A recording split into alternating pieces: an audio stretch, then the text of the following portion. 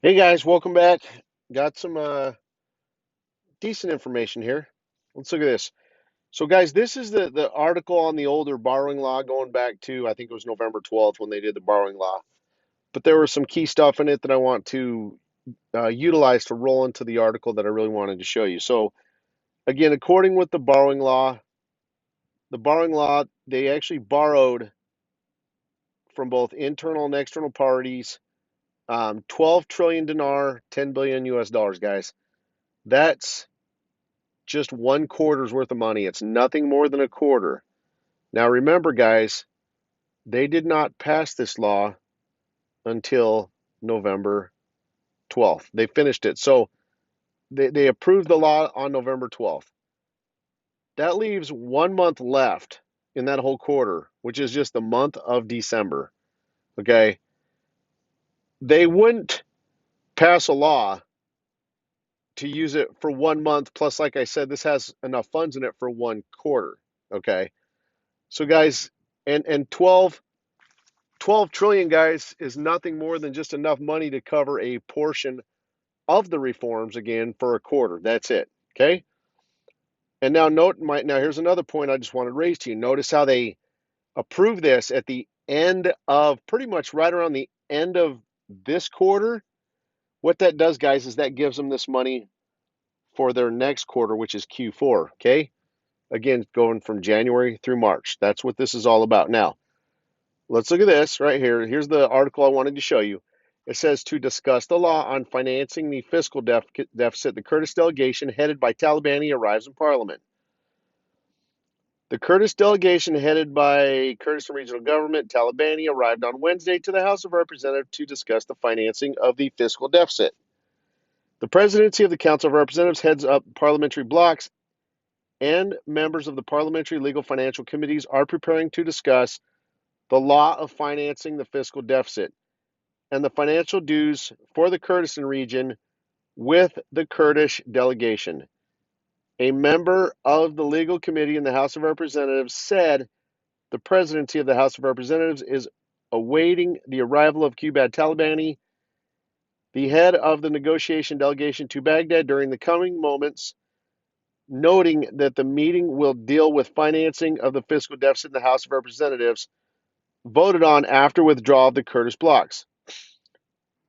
Fadel added, the high-ranking delegation headed by Talabani stressed during its meeting in Baghdad the commitment to the provisions of the law on financing the fiscal deficit, expressing her optimism that the two sides will reach an agreement and on the mechanism of the agreement in the event that it is concluded between the federal and regional government.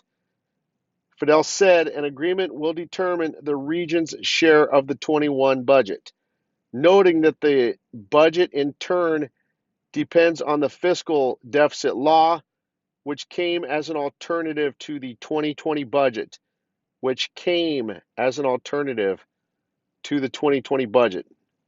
We're going to get back to that in 1 second.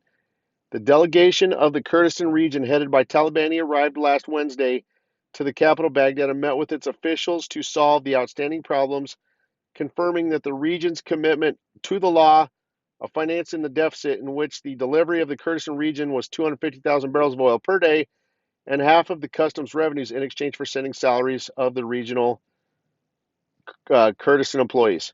Let's look back at this, guys.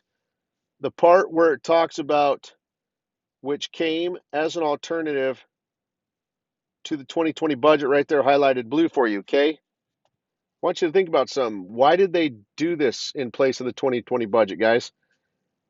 Because there's things they didn't want you to know. They did not want you to know that well, here's what this confirms, guys, right here. This is showing you this has financing for the reforms for the fiscal year of 2020. That means they're implementing the reforms in 2020 and funding and paying for to start the implementation of the reforms in 2020, guys.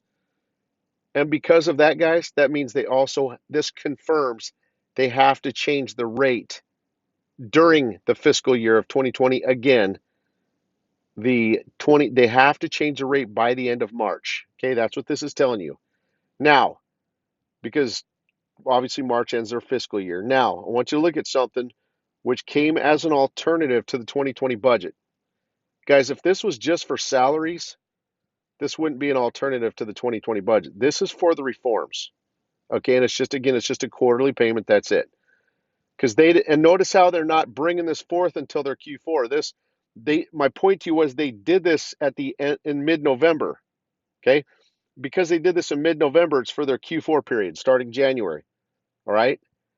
The reason they did this is it allows them to hide things from us so we can't see. They've already look at the name they gave it, the fiscal deficit law. Okay, they have a deficit because of the reforms, guys. All right, so it's to cover reforms. So they're doing things here that this allows them to hide things from us. They don't want us to know this is reform for the reforms. Okay, they also, by them not doing a budget, you can't see their fiscal year. It's that simple. If they would have brought forth an actual budget, guys, they would have had to have shown you what their real true fiscal year was on the last page. It would have had to have shown you the period of time that the budget covered through. Okay. And it basically would have said, through the end of March. All right. So this is really good stuff, guys, right here.